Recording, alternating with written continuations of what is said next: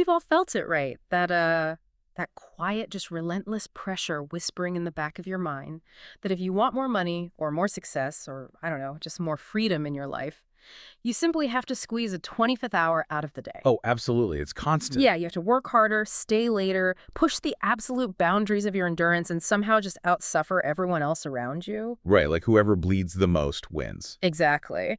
But today, we are completely dismantling that myth of the hustle. We're so glad you're here with us. Welcome to Season 2, Episode 117 of Vibrations and Manifestations. I'm Jared. And I'm Alicia. Today's deep dive is, well, it's an interactive, highly practical workshop into what we call aligned action versus forced hustle. And this is such an important distinction because we're unpacking this incredibly dangerous and honestly pervasive idea that pushing yourself to the absolute brink is the only viable path to success. It really is dangerous. It is. It's a myth so deeply baked into our cultural programming that we rarely stop to question the mechanics of it. We just accept exhaustion as the mandatory toll you pay for achievement. Like it's just a given. Yeah. But today, we're pulling from a huge multidisciplinary curriculum to show you exactly why that biological and psychological math just does not add up. We're bringing in the heavy hitters for this one. Oh, definitely. We're looking at the behavioral design principles of James Clear and B.J. Fogg, the cutting-edge neuroscience of human performance from Stephen Porges and Justin Brewer, and, even the ruthless execution strategies of hyper-successful individuals like Warren Buffett. And then bridging all that logic with the nervous system. Exactly. We're integrating all of this with somatic frameworks and modern manifestation principles from people like Joe Dispenza and Neville Goddard. And the entire mission for this deep dive is focused squarely on you, the listener. You are the third person in the room with us right now. Yes, we're talking directly to you. We want to help you diagnose exactly where you might be confusing mere movement with actual progress. Because, let's be real, they are wildly different things. They look similar from the outside, but they are entirely different. Right. So we're going to build a biological and psychological toolkit right here, together, to help you achieve exponentially better results with significantly less of that frantic, panicked effort. And before we dive into the deep end, I think we need to set a baseline reality here. Yeah, let's ground this. Effort and action absolutely do matter. Right.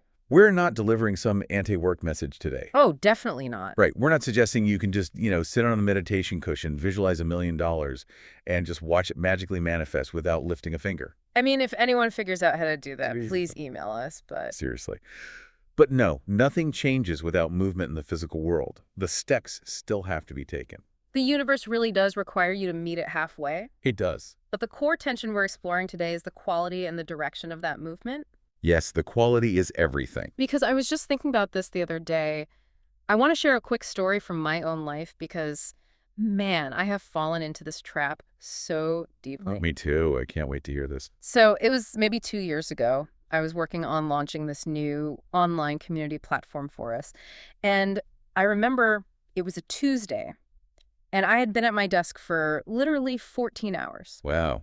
14 hours on a Tuesday. Yeah, just grinding. My neck was completely locked up. I was breathing incredibly shallowly. Like, I don't even think oxygen was reaching my lungs at that point. That's that pure fight or flight breathing. Exactly. And I remember looking at my screen at like 11 p.m., and I realized I had spent the last 3 hours doing nothing but reorganizing my Notion workspace and tweaking the hex codes on the font colors of the landing page. Oh no, not the hex codes. Yes, the font colors. I hadn't recorded the welcome video. I hadn't written the actual curriculum, but I felt so profoundly exhausted that my brain convinced me I had done a hard day's work. Because you were physically drained. I was completely depleted. Why do we do that? Why do some people work nonstop, constantly extending their hours, perpetually sacrificing their weekends, and yet they remain completely stuck? It's because they aren't moving the needle on their actual goals, despite burning an incredible amount of fuel. Right. Which brings us to the definition of what we're calling forced hustle. And this is, unfortunately, the default operating system for most people today, especially high achievers. It really is the default setting. Yeah.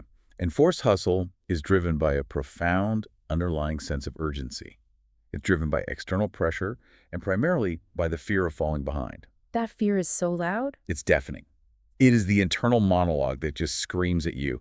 If I take my hands off the wheel for even a second, the entire machine collapses. That's exactly how it feels. It's like keeping your car in first gear but slamming the accelerator all the way down to the floor. Ooh, that's a great analogy. You know, the engine is just screaming, you are burning through fuel at record speed, the entire chassis of the car is shaking violently, but you're maxing out at, like, 15 miles an hour. Yeah, and you feel like you are doing so much work because of all the noise and the heat. Right, there's so much friction.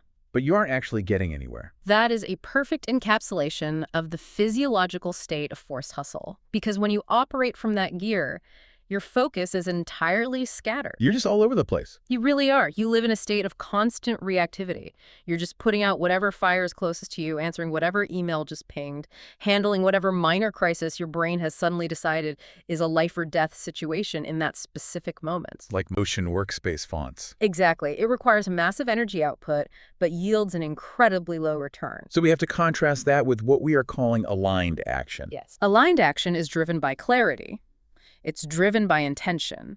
It is the ability to know exactly what actually moves the needle and having the sheer unapologetic discipline to do only that. Only that, which is so hard. It's incredibly hard. But the result is a fraction of the frantic effort with a significantly higher impact. But here is where society plays a really dirty trick on us. Oh, the busy badge. The busy badge. We actively reward it. When someone asks how you are and you say, "Oh man, I am just so slammed right now, back-to-back meetings, totally underwater." People nod at you with this weird kind of reverence. They do. It is a modern status symbol. If you aren't overwhelmed, you must not be important. Right, so the subconscious assumption we all internalize is that taking any action, even if it's completely scattered and useless, is ultimately better than taking no action. And we have to trace that assumption back to its roots to understand why it's so flawed. Well, Our modern economy has basically inherited an industrial-era mindset where time spent directly equaled value created. like factory work. Exactly.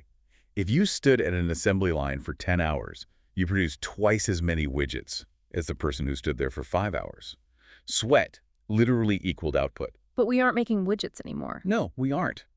In a knowledge-based, creative, or strategic environment, that industrial equation completely breaks down. Taking the wrong action isn't just neutral busy work.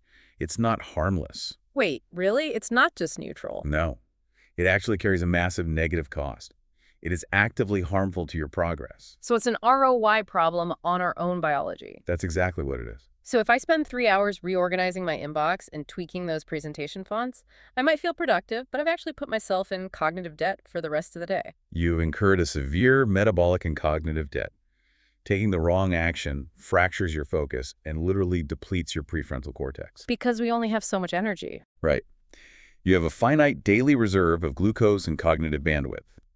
So when the moment finally comes to make the eventual right decision, the high-leverage choice that actually moves your life forward, you don't have the biological resources left to execute it. You're running on fumes. You're suffering from deep decision fatigue. Yeah. You have essentially spent $1's worth of neurological energy on a penny's worth of outcomes. Wow. $1's worth of energy for a penny's worth of outcomes. That is the exact trap. It really is. You feel energetically bankrupt at the end of the day, but you have absolutely nothing to show for it in reality. And that is why we see people who look incredibly successful on paper, people who are widely praised for their relentless work ethic, absolutely miserable and just burning out. They're trapped in this cycle of diminishing returns. Yeah. The harder they work, the less effective their decision-making becomes. And that drop in effectiveness terrifies them. So to compensate, they work even harder. Exactly. Yeah. Which burns even more bandwidth, which makes their decisions even worse. It is a biological death spiral. That is so bleak, but so accurate. So if peak success does not require peak busyness, if those two things are actually inversely correlated once you reach a certain threshold of leverage, what does the alternative actually look like? We need a different model. We do. And I want to ground this in one of the greatest historical examples of extreme selectivity. We have to talk about Warren Buffett. Oh, Buffett is the perfect example here. He is the ultimate foil to modern hustle culture. He really is, because when we think of massive financial wealth and global influence, we are conditioned by movies to imagine like a chaotic Wall Street trading floor. Right, people screaming into two telephones at once. Yeah. 4 computer monitors, running on 3 hours of sleep, pure adrenaline, throwing coffee cups. Just total chaos. But Buffett's methodology is the absolute polar opposite. He operates on a philosophy of ruthless, almost monastic focus. There is a famous strategy attributed to him, often called the 2-5-5 rule. And I actually want you, listening right now, to run this exercise in your head with us as we talk through it. Yeah, please do this. It's a game changer. So the premise starts simply enough. You write down the top 25 things you want to achieve. This could be in your career, your personal life, or just, your major goals for this year. You make this master list. Okay, 25 things. Got it. Then Yeah. you review that list and you force yourself to circle only your top 5 priorities. The 5 things that matter absolutely the most to you. And most people don't have a problem getting to that step. They circle their top 5, they feel great about their new focus, and they're like, awesome, I have my priorities. Right, they feel so organized, but then they make a fatal psychological error. Which is? They look at the remaining 20 items and they think, okay, those are my weekend projects. Those are my secondary priorities. I'll just, chip away at those when I have some downtime or when I need a break from the top 5. Yeah, that's exactly what I would do. I put them on a someday list. But Buffett's rule states that those remaining 20 items do not become your secondary priorities. Wait. They become your avoid at all costs list. Which sounds so severe when you first hear it. Your avoid at all costs list. It is severe, Yeah. but it is literally the only way to protect your cognitive capital. Why, though? Why can't I just dabble in them? Because those 20 items are the single biggest threat to your top 5. They are the things you care about just enough to be distracted by them. Oh, wow. They aren't terrible ideas, they are good ideas. They're interesting side hustles, fun creative projects, intriguing investment opportunities. And because they are genuinely good, they will slowly, insidiously bleed away the time, energy, and hyper-focus required to make your top 5 truly extraordinary. This connects so perfectly to Greg McKeown's concept of essentialism, right? The disciplined pursuit of less but better. Exactly. Less but better. Buffett built one of the largest fortunes in human history, not by making 1,000 frantic decisions a day, but by cultivating long periods of absolute stillness. Yes. He spends his days reading. He just sits and reads. He thinks. He makes very few decisions. But when he finally moves, it is with precise, high-conviction, high-impact action. He isn't reacting to the market's daily micro-fluctuations. Yeah. He isn't caught up in the forced hustle of the 24-hour news cycle. He just waits for the perfect pitch, and then he swings with everything he has. Okay, but here's where I have to push back a little, or at least play devil's advocate for the listener. Because letting go of those 20 good ideas isn't just a scheduling problem. No, it's highly emotional. It's extremely emotional. This is where the friction happens for all of us. Saying no to a bad idea is easy. If someone asks me to join a committee I have zero interest in, I can easily decline. Right, no problem. But Buffett is saying you have to actively reject good opportunities. And the reason we feel that massive FOMO, that fear of missing out, is because our bodies are actually interpreting a missed opportunity as a physical loss. Yes, a survival threat. So how do you, the person listening right now, actually sit with the emotional discomfort of saying no to a genuinely good idea? Well, we have to understand the biological and cognitive mechanics of what happens when we refuse to say no. Okay, break that down for us. There's incredible research on this by Dr. Gloria Mark. She studies attention fragmentation and the true cost of interruptions. Oh, this is fascinating stuff. It is. When you are trying to pursue 25 good things simultaneously, you are constantly shifting your attention back and forth, right? Like having 50 tabs open on your browser. Exactly like that. But human attention does not snap cleanly from one subject to another. Every time you shift, your brain leaves what she calls attention residue behind on the previous task. Attention residue. So it's not just a time management issue, it's an actual structural lag in the brain. Exactly. It's physiological. Her research shows that it takes an average of 23 minutes and 15 seconds to fully regain deep focus after an interruption or a context switch. 23 minutes? Yes. Over 20 minutes just to get back to where you were. Your prefrontal cortex physically has to dump the working memory of the old task, reorient to the new parameters, and load the new working memory. That sounds exhausting. This process consumes a massive amount of glucose. If you are juggling 25 good ideas, your brain is perpetually covered in attention residue. You are never fully present with any of them. Which means you're operating at maybe 30% or 40% capacity across 25 different things. You are spreading your genius so thin that it becomes mediocre everywhere. And doing 25 things adequately yields zero exceptional outcomes. The world simply does not reward adequate. It rewards exceptional. Right. To achieve exceptional results, you have to develop a very high degree of emotional regulation. You have to be able to sit with the deep, visceral discomfort of not doing things. The discomfort of the void. Yes, you have to tolerate the anxiety of watching a good opportunity pass you by, trusting the larger strategy that you are preserving your mental and physical capital for a great opportunity. It really is a grieving process, isn't it? You have to mourn the loss of those 20 alternate lives you could have lived, or those 20 projects you could have launched, to give the 5 that actually matter the oxygen they need to survive. It is a profound form of grief. And honestly, that is exactly why people fall back into forced hustle. Because it's easier than grieving. Hustle acts as a numbing agent. If you are constantly moving, constantly checking things off a list, answering emails at midnight, you don't have to feel the anxiety of choosing. You're just reacting. Right. You don't have to face the grief of letting go.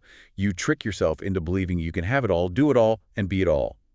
But biologically, the bill always comes due.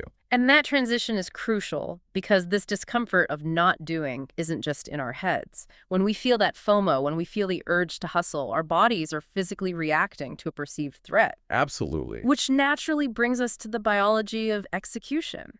We need to understand what your nervous system is actually doing when you are trapped in that first gear, slamming the gas pedal. To understand this, we really have to translate the cultural concept of hustle into neurological terms. Okay, so let's do it. Constant hustle pushed the human system into a state of chronic, low-grade stress. And your body's evolutionary hardware does not know the difference between the stress of an impending project deadline and the stress of a physical predator in the wild.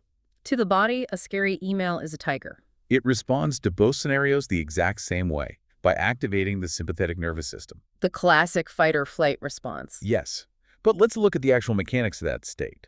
And to do that, we're pulling in Stephen Porges's polyvagal theory and Daniel Kahneman's framework of thinking fast and slow. 2 absolute pillars. Kahneman divides our brain's processing into 2 systems. System 1 is fast, automatic, reactive, and highly emotional. System 2 is slow, deliberate, analytical, and capable of complex logic. Standard textbooks always use the driving analogy here, like System 1 is driving your normal commute where you zone out, and System 2 is trying to parallel park in a tight space while multiplying 17 by 24 in your head. Right, System 2 requires effort. But let's raise the stakes to fit the high achiever context we're talking about. Imagine a CEO who just found out a massive PR crisis hit Twitter 5 minutes ago. Oh, perfect example. Yeah. So System 1 is that immediate spike of panic. It's the voice screaming, fire off an angry reply right now, defend yourself, attack the critics. Yeah. It is purely reactive and geared entirely toward immediate survival. Just blind reaction. Yeah. System 2 is a part of the brain that says, pause, let's call the legal team, let's review the facts, and let's draft a measured strategic response that protects the company's long-term stock value. Okay, so what happens when that CEO is already living in a state of forced hustle? When they're already running on 4 hours of sleep and 10 cups of coffee before the crisis even hits? This is the critical biological failure of the hustle trap. When your sympathetic nervous system is highly activated by chronic stress, your brain actually locks out access to System 2. It locks it out completely. Yes. From an evolutionary standpoint, complex, slow, analytical thinking is a massive liability when you're being chased by a tiger. You don't want to ponder the philosophical meaning of the tiger, you just want to run. That makes sense. So the brain shunts blood flow and glucose away from the prefrontal cortex, which is the seat of System 2, and redirects it to the amygdala and the motor cortex. So the CEO literally loses access to their own intelligence. Neurologically, yes. Their thinking narrows, their creativity plummets. The brain forces them into reactive, short-term decision-making. Wow. You see this all the time. People who are physically doing more, their hands are typing furiously, they're sweating, they're moving fast, but neurologically they are thinking worse. They are making decisions from a state of biological panic. That is terrifying. You are literally making yourself less capable by stressing out about how much you have to do. It's a self-fulfilling prophecy of failure. Now, contrast this with a regulated nervous system state. Let's look at the vagus nerve, which is the cornerstone of polyvagal theory. Okay, what does the vagus nerve do? The vagus nerve is the 10th cranial nerve. It wanders from your brainstem all the way down through your chest and into your abdomen. It is the superhighway of communication between your body and your brain, and it primarily sends signals bottom up. Meaning the body tells the brain what state to be in, not the other way around. Precisely. We usually think our thoughts control our body, but it's largely the reverse.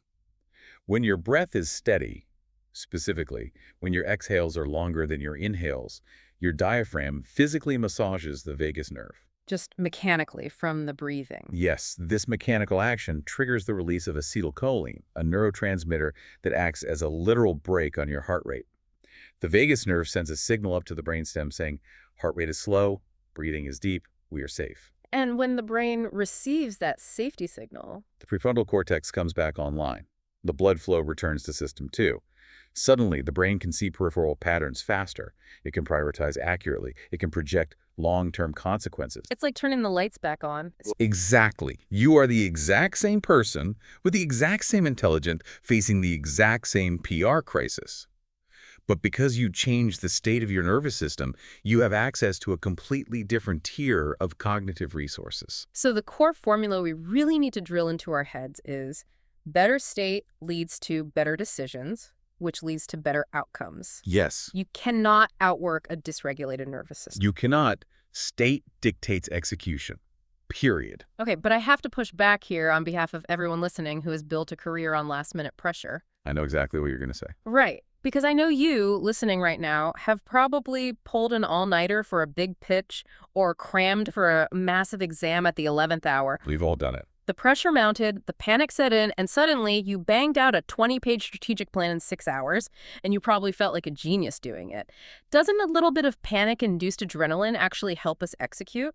What about people who claim they thrive under pressure? It is the most common trap high performers fall into. And we really need to separate the chemistry of acute performance from the chemistry of chronic hustle. Okay, clarify that for us. We have to understand the difference between a temporary, focused adrenaline spike, or a state of flow, as Mahali calls it, and the chronic, low-grade panic of forced hustle. Because they feel very different in the body once the event is actually over. Exactly. When you pull an all-nighter, the deadline acts as a massive, immediate threat. Your body dumps adrenaline and cortisol into your system. Adrenaline is an incredible chemical for forcing task completion. It really works in a pinch. It acts like a pair of blinders, giving you a hyper-focus on the immediate threat, the blank page, the looming clock, and yes, you will absolutely get the thing done. But at what cost and at what quality? That is the key. Notice the quality of the work produced purely by adrenaline. It is almost always blunt force trauma to a problem. Blunt force trauma. Wow. Yeah. Adrenaline rarely produces high-leverage, elegant, visionary strategy. It produces survival work. It might be adequate to pass the test or survive the meeting, but it is rarely your masterpiece. Furthermore, an adrenaline spike requires a massive physiological recovery period. You crash for 3 days afterward. You can't even look at a computer. Right. If you try to run your daily life on adrenaline, if you use deadlines and panic as your primary fuel source, the cortisol becomes chronic. And what happens then? Chronic cortisol degrades your immune system, it radically disrupts your sleep architecture, and it leads directly to adrenal fatigue and complete systemic burnout. Urgency is a signal of activation. It tells your body to wake up and move, but it's not a signal of direction. It tells you to run, but it doesn't tell you where the finish line is. Beautifully put, yes. Speed without direction wastes energy. So if we know that the biology of forced hustle actively works against our highest intelligence, how do we actively shift out of that survival mode? We have to interrupt the pattern. All right, how do we take all this theory about vagal tone and system 2 thinking and apply it on a random Tuesday when our inbox is overflowing and we're freaking out? Let's move into the real-time toolkit. We call this the One Aligned Move framework. This is where we bridge the gap between understanding the neuroscience and actually changing your behavior. And we want to do this interactively. Rather than just listing the steps, let's walk through it together right now. If you're listening to this, unless you are driving or operating heavy machinery, please keep your eyes on the road. Take a second to really engage. Let's do this live. Let's do it. Step 1. Bring one specific goal into focus right now. It could be a massive work project, a financial target, or maybe a lingering personal decision you've just been avoiding. I'll do it with you. Do you have one in mind? Yeah, my goal right now is launching our new community platform. I have that in my mind. Now, As you hold your goal in your mind, notice your brain's immediate knee-jerk reaction. Notice how quickly the mind wants to jump into the logistics, the what-ifs, and the sheer volume of tasks required. My brain immediately wants to check the 50 unread emails from the dev team, review the marketing copy, and reorganize the launch calendar. That is the hustle programming activating. It wants to scatter my attention to feel safe. Which brings us perfectly to step 2, interrupt the pattern. You have to physically disrupt the neurological momentum of anxiety. How do we do that? Pause. Take a deep breath in and let it out slowly, making the exhale longer than the inhale. You are mechanically signaling safety to the vagus nerve. Step 3 is the pivot. We are using a principle here from James Clear and BJ Fogg about radically simplifying action.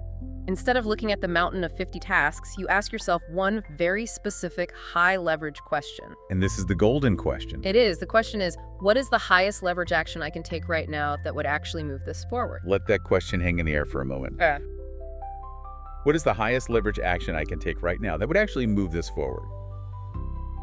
Step 4 is identifying the signal versus the noise. Because the answer to that high leverage question feels fundamentally different in your body than the busy work does. It has a different signature. It does. Aligned action has a specific resonant frequency. It feels direct. It feels undeniably obvious once you see it. And honestly, it usually feels slightly uncomfortable. Why does the aligned move feel uncomfortable to most people? Because there is nowhere to hide in the signal. The noise is safe. For my community launch, the noise is tweaking the hex codes on the website colors for another hour. It feels productive, but there is zero risk of failure. You're just hiding in the details. Right. The aligned move, the signal, is actually recording the welcome video that thousands of people will see. That requires vulnerability. It requires me to put myself on the line and say, here is what I built. That is a critical distinction. We use busy work as an emotional shield. It allows us to feel the dopamine hit of being productive without ever exposing ourselves to actual risk or judgment or failure. Exactly. So once you've identified that one, slightly uncomfortable needle-moving action, the real signal, step 5, is to commit to it fully without splitting your energy. No multitasking. None. You don't record the video while keeping your inbox open on the second monitor. You don't try to write the code while listening to a podcast. You give it your undivided, singular, System 2 focus. And that leads directly to step 6. Time block for clarity, not volume. Create a very specific container for this action. Like 20 minutes. It could be 20 minutes or a 45-minute Pomodoro block. No.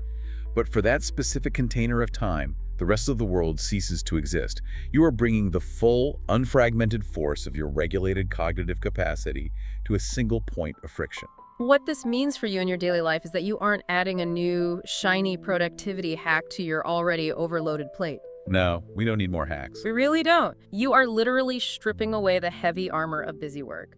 It is the paradox of removing everything that doesn't matter in order to drastically increase the power of what does. To understand why this framework is so effective on a behavioral level, we can look at Charles Duhigg's work on habit loops. Cue, routine, reward, right.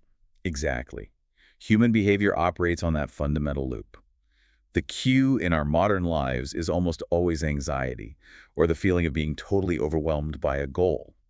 The routine we've developed to self-soothe that anxiety is forced hustle, doing a million small, safe tasks. And the reward is the dopamine hit. Yes, but let's be precise about dopamine. Dopamine is not just the molecule of reward, it is the molecule of anticipation. Oh, that's interesting. Anticipation. When you open your email inbox, your brain releases a spike of dopamine in anticipation of finding something novel or easily solvable. You get a cheap chemical reward for checking a box, deleting a spam email, or moving a card on a Trello board, even if it didn't actually move the needle on your life. So we are essentially addicted to the anticipation of clearing the noise, while the actual signal gets completely ignored. Exactly. The one-aligned move framework hijacks that loop. By forcing the brain to pause, regulate the nervous system, and identify the single most important variable, we replace the routine of doing safe tasks with the routine of driving actual outcomes. And the reward changes too. It does. You still get a dopamine reward at the end, but it is tied to profound, lasting satisfaction and real progress rather than the fleeting, empty relief of busyness. But let's be totally real for a second. Even when you understand the habit loop and even when you know exactly what your one-aligned move is, an invisible rubber band often snaps you right back into overworking. Oh, all the time. Right. You do your 45-minute block of deep work, you make great progress, you finish the video, and then instantly your brain says, okay, great, now let's do 18 other minor tasks before lunch. The panic returns. Why does that happen? Hmm. Because the old programming is still running deep in the hardware. We need to debug the system. Yes. This is where we transition into the somatic and manifestation frameworks, because we have to address the deep physical resistance to doing less. The body's resistance. The intellect might fully understand Buffett's 2-5-5 rule, and your logic might agree with the one-aligned move, but the body is still chemically addicted to the cortisol and adrenaline of the hustle. And the underlying belief driving that chemistry usually sounds something like, if I slow down, I will fall behind. Or, if I'm not visibly doing more than everyone else, I'm losing ground. It is a profound scarcity mindset applied to our own energy. To debug this, we have to locate this belief not in the mind, but in the body. If you are listening right now, imagine the concept of taking the rest of today completely off. No email, no tasks, no planning for tomorrow, just stop. Where do you feel the immediate resistance to that idea? Scan your body. Is it a sudden tightness in the center of your chest, a heavy knot forming in your stomach? Is your jaw suddenly clenching? Do you feel a subtle forward-leaning pressure in your shoulders, like you are bracing yourself for an invisible impact? That physical sensation, that specific tightness, that bracing, that is the biological ghost of forced hustle. That is what has been blindly driving your actions for years. It isn't logic. It isn't strategy. It is a trapped physical sensation of panic demanding to be resolved through movement. And the most important thing you can do in that moment is separate that somatic feeling from objective reality. Just because something feels incredibly urgent in your body does not mean it is actually aligned, necessary, or even real. Your nervous system is giving you a false positive for danger based on old programming. We have to introduce a massive foundational reframe here, and the reframe is this. Speed without direction wastes energy. You can run fast in the wrong direction for years, You can be the fastest, sweatiest person on the treadmill, and you will still die on the treadmill. which is why we need to install a new internal code, a new mantra, to actively overwrite the old programming when that tightness hits your chest. What's the code? The code is simple. I move with clarity, not urgency. I move with clarity, not urgency. Try saying that out loud or just let it echo in your head. Notice how it physically drops your shoulders a quarter of an inch. Notice how it deepens your breath. Now, from this newly grounded state, I want you to look at your one-aligned move again. Notice how the action itself feels fundamentally different. It feels cleaner. It feels less heavy. It isn't a massive burden you have to carry up a mountain. It's just the next logical step on a flat road. When you look at an action from a state of physiological clarity, the emotional weight vanishes. It just becomes physics. You are simply moving an object from point A to point B. But here comes the big fear, the objection. I know so many high achievers are screaming at their speakers right now. Let's hear it. If I replace all this urgency with calm clarity, do I risk losing my edge? Do I risk losing my ambition? If I am totally regulated and I don't have that frantic fire of anxiety under my seat, what stops me from just sitting on the couch all day and giving up? Doesn't the anxiety kind of fuel the ambition? This touches on a profound misunderstanding of human motivation. We really have to draw a hard line between forced effort and inspired action. Okay, draw the line for us. To understand the mechanics of this, we can look at modern manifestation frameworks from teachers like Neville Goddard and Dr. Joe Dispenza. This bridges the biology of the brain with the psychology of creating reality. Exactly. The hustle mentality dictates that you have to suffer to earn the outcome. You have to bleed for it. You have to pay for your success with your health and your peace. The sacrifice. Right. But these frameworks suggest something entirely different, grounded in neuroplasticity. True ambition does not require suffering. Neville Goddard talked extensively about the concept of acting from the state of the wish fulfilled. Meaning you assume the somatic feeling of the goal already being accomplished right now before the physical evidence exists. Yes, think about it logically. If you truly believed, at a deep nervous system level, that your success was inevitable, if you felt the absolute security and relief of the wish already fulfilled, would you act with frantic, panicked urgency? No, you wouldn't be rushing. You wouldn't be frantically checking your email at 2 a.m. You would act with calm, deliberate certainty. Precisely. When you act from a state of clarity and assumed success, action becomes a natural byproduct of your identity. You do the work not to prove your worth and not to outrun the fear of failure, but simply because it is the natural, joyful next step of who you are becoming. And there is real science behind this feeling, isn't there? Joe Dispenza's work bridges this beautifully. When we are trapped in the habitual emotional state of survival and hustle, our brainwaves are in high beta. They are erratic, fast, and narrowed in on the perceived threat. Total stress mode. But when we intentionally drop into elevated emotions like gratitude or the calm certainty of clear intention, our brainwaves slow down into alpha and theta states. And what happens in those states? In these states, the brain literally fires in different sequences. You have access to neuroplasticity. You can see the bigger picture, recognize serendipitous opportunities, and create new outcomes with a fraction of the effort.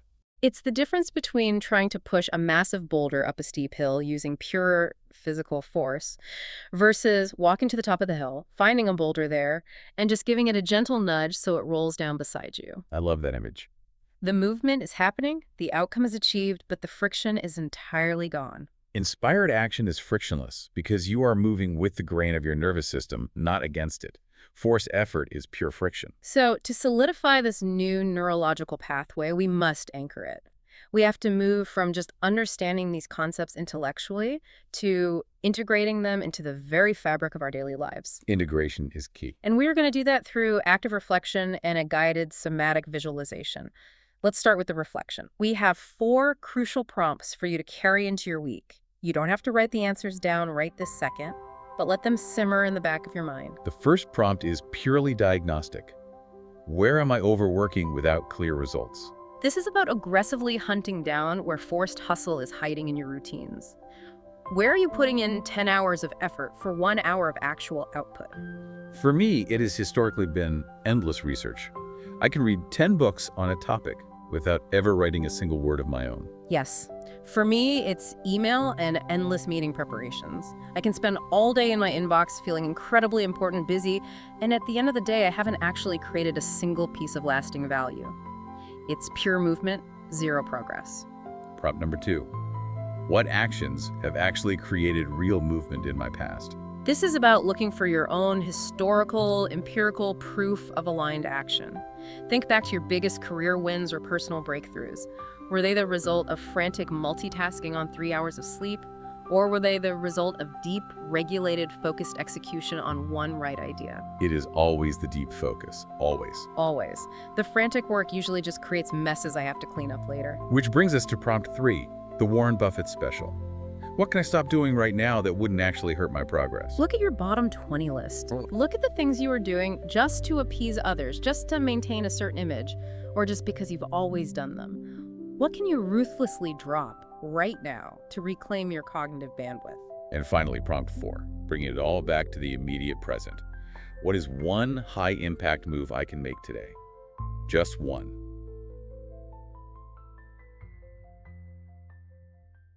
Now, to lock this in, we're going to do something a little different. We are going to guide you through a deeply sensory visualization.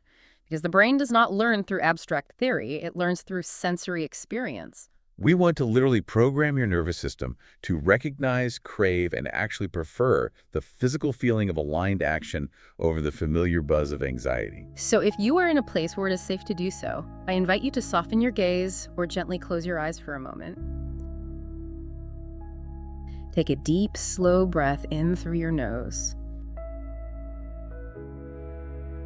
and let it out through your mouth, making it longer than the inhale. Feel your shoulders drop. I want you to imagine that you are standing at a crossroads. The air around you is cool. The ground is incredibly solid beneath your feet. You look down the first path to your left. This is the path of forced hustle. Just looking down this road, you can feel the chaotic, jagged energy. It is frantic, it is loud. People are sprinting, tripping over themselves, carrying massive, heavy burdens that keep spilling onto the ground. The air feels tight, hot, and pressured. You can feel the thick radiation of anxiety coming off this path in waves. Notice how your own physical body reacts just to the imagery of that path. Your heart rate might tick up slightly, your chest might tighten, your breathing might get shallower. That is the old programming recognizing its familiar environment. Now turn your head away from that noise and look down the second path to your right. The aligned path. This path looks entirely different. It offers a profound, quiet certainty. The air here is clear, crisp, and easy to breathe. The pace of the people on this path is steady, rhythmic, and incredibly calm. There is no sprinting, there is no desperate flailing, there is only deliberate, focused, intentional movement. Walking this path creates massive momentum, but without any of the weight of pressure. It feels clean, it feels directed. Imagine yourself physically stepping onto this aligned path. Feel the gravel crunching slowly and steadily under your shoes. Feel the complete absence of panic in your chest. You are still walking. You are still moving toward your destination with purpose, but the desperate, clinging energy is gone.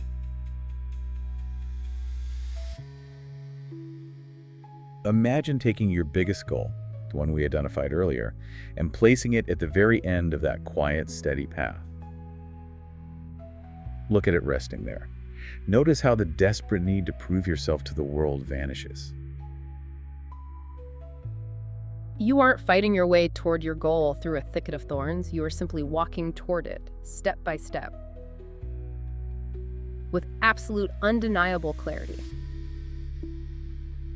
What we're doing here, biologically, is using visualization as a scientifically backed tool for nervous system regulation. The brain does not easily distinguish between a vividly imagined experience and a physical reality. It responds to both. By deeply feeling a sensation of steady, unpressured execution, we are pre-programming your neural pathways to recognize that state. So tomorrow morning, when the inbox floods and the familiar panic tries to rise in your chest, your brain has a stored, visceral memory of this calm path to return to. You are building a new default setting for your life. Okay, let's take one more deep breath and come fully back to the present moment. Welcome back. As we synthesize this massive journey today, let's look at exactly what we've unpacked. We started by breaking down the illusion of hustle, the dangerous trap of thinking that sweating on the treadmill means you are actually traveling somewhere. We explored Warren Buffett's extreme selectivity, realizing that facing the grief of saying no to good ideas is the only way to protect the cognitive bandwidth required for great ones.